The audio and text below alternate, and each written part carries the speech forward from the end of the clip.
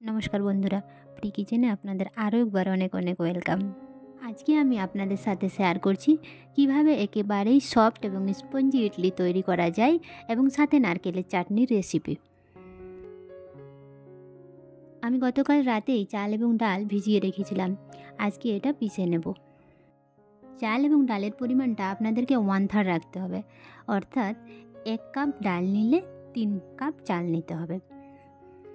আমি এখানে 6 কাপ চাল এবং 2 কাপ বিরির ডাল নিয়েছি। এই বিরির ডালকে অনেকে আবার মাসকলাইও বলে থাকে। এই মতো খোসা ছাড়ানো বিরির ডাল আপনারা যে কোনো গ্রোসারির দোকানে সহজেই পেয়ে যাবেন।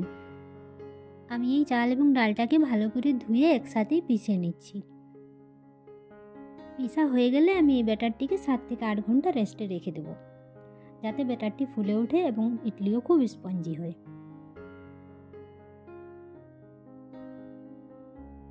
সমস্ত চাল ডাল আমার পিষা হয়ে গেছে। এরপর আমি এটাকে 7 থেকে 8 ঘন্টার জন্য রেস্টে রেখে দেবো। সকালবেলার দিকেই আমি চালটা পিষে রেখেছিলাম, এখন বিকালের দিকে আমি এটা বানাবো। দেখুন কতটা ব্যাটারটা ফুলে উঠেছে।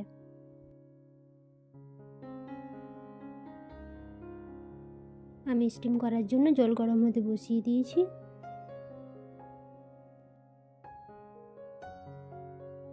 ইডলি স্ট্যান্ডটিতে এইভাবে ভালো করে তেল লাগিয়ে নিতে হবে, যাতে নিচে লেগে না যায়।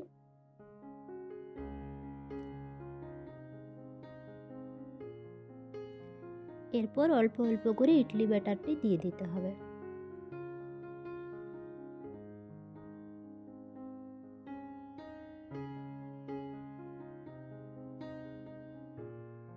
সবগুলিতে দেওয়ার পর এটি ইডলি মেকারের মধ্যে বসিয়ে দিতে হবে।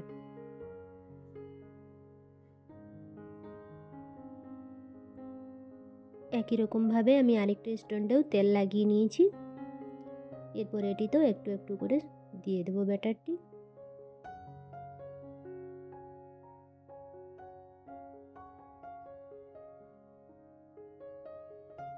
ঢাকনা বন্ধ করে প্রায় 20 মিনিট রেখে দিতে হবে স্টিম হওয়ার জন্য।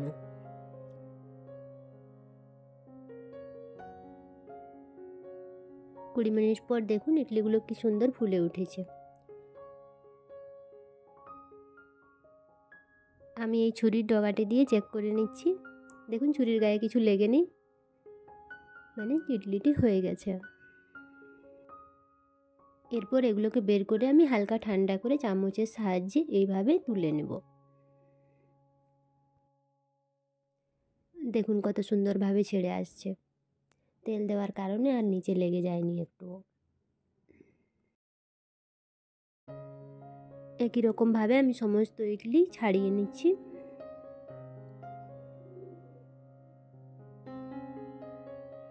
আমার সমস্ত ইডলি তৈরি হয়ে গেছে। দেখুন দেখেই মনে হচ্ছে কতটা নরম, কতটা স্পঞ্জি তৈরি হয়েছে।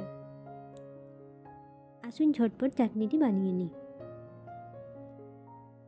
নারকেল চাটনি তৈরি করার জন্য আমি একটা কড়াই বসিয়ে দিয়েছি গরম হওয়ার জন্য। এতে কিছু বাদাম দিয়ে দিচ্ছি, এটা প্রথমে ভেজে নেব।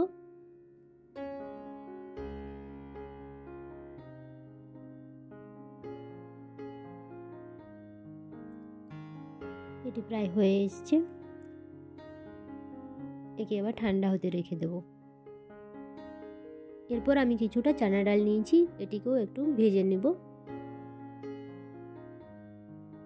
হালকা এর কালার চেঞ্জ হওয়া পর্যন্ত একটু ভেজে নিতে হবে। এগুলো ঠান্ডা করে আমি মিক্সিতে দিয়ে দিচ্ছি কয়েক টুকরো নারকেল আর একটি কাঁচা লঙ্কা। একসাথে এগুলোকে পিষে নিতে হবে। আমি প্রথমে শুকনোতেই একবার এগুলো পিষে নিয়েছি, তারপরে কিছুটা জল মিশিয়ে আবার ভালো করে পেস্ট বানিয়ে নিয়েছি। এরপর কড়াই বসিয়ে আমি 1 চামচ মতো সরষের তেল দিয়ে দিয়েছি।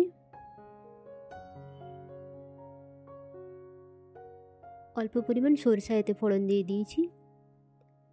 এরপর কয়েকটা কারি পাতা এর মধ্যে দিয়ে দেব আর কাঁচা লঙ্কা একটা। আপনারা নিজেদের পছন্দ মতো লঙ্কাটা কম বেশি দিতে পারেন। ভালো করে ভেজে নিয়ে আমি নারকেল বাদামের পেস্টটি এটির মধ্যে দিয়ে দিচ্ছি।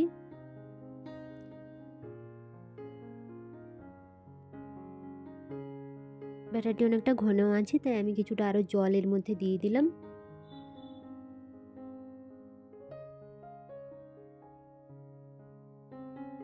এরপর পরিমাণ মতো নুন দিয়ে দিতে হবে। আমি হাফ চামচ মতো নুন এটাতে দিয়ে দিচ্ছি।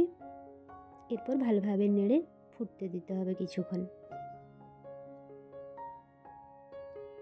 আমি 3-4 মিনিট মতো ফুটিয়ে নিয়েছি। দেখুন চাটনিটি প্রায় রেডি হয়ে এসছে। ইডলি অনেক সময় শক্ত হয়ে যায় বা ফুলে ওঠে না। এই পদ্ধতিতে বানালে একেবারে নরম ইডলি তৈরি হবে।